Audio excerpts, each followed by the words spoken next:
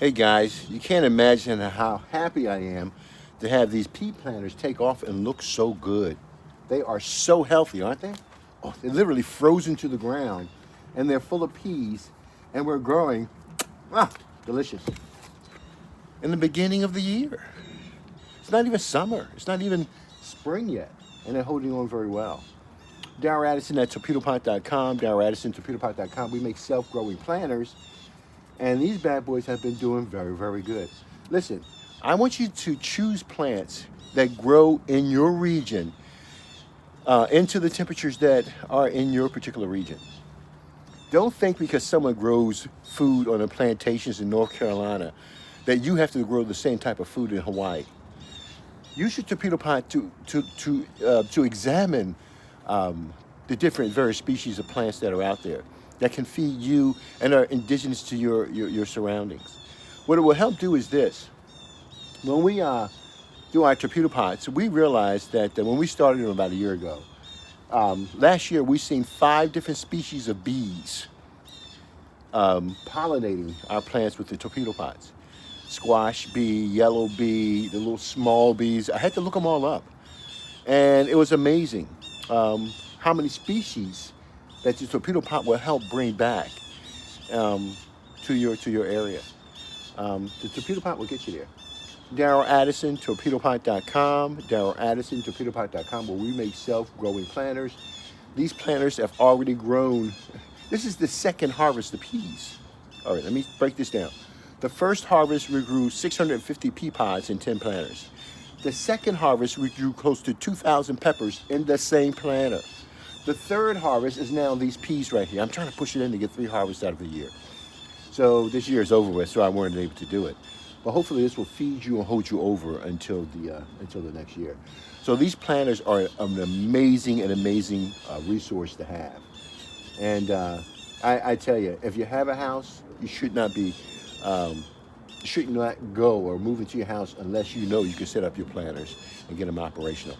This is your own personal food supply.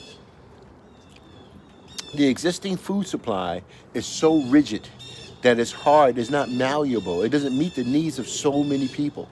And that's why we're going to so many specialty stores for foods and things like that we feel that will meet our nutritious requirements. And so the food system is so rigid that we have to find ways around it in order to feed the right people.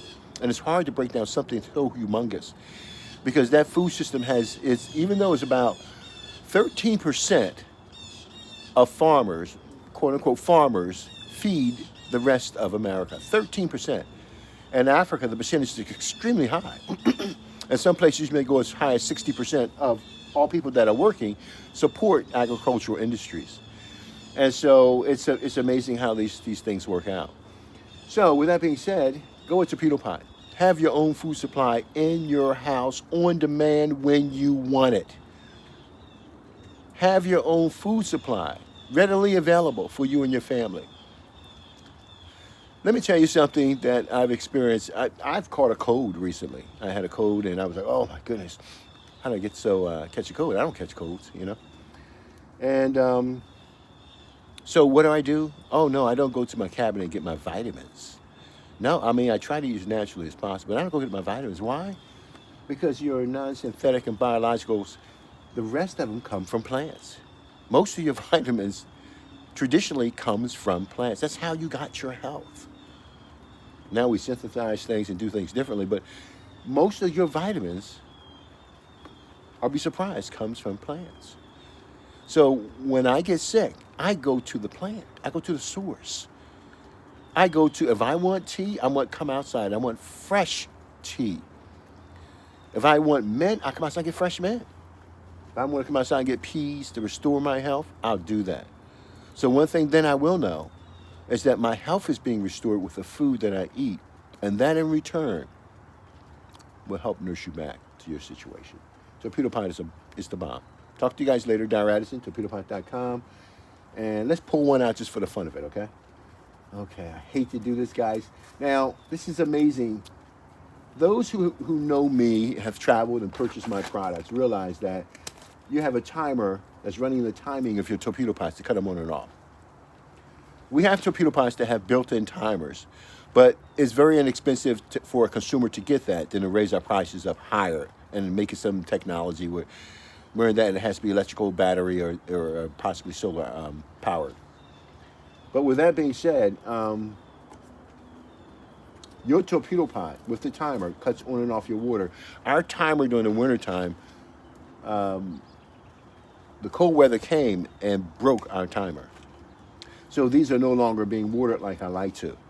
So what I did is I just took my little spigot, the little adapter we've given you, put it on your spigot, put your plug in, and you manually turn it on, okay? And so I haven't had to turn them on yet because they've got this snow. And I love the snow, it's free water. And so let's pull one out, see what it looks like. There you go. If it will come. Oh no, sorry, the ground is frozen. It won't come. The ground is very much frozen. Okay, nice talking to you guys. I'll talk to you later. Darrell Addison, torpedopot.com.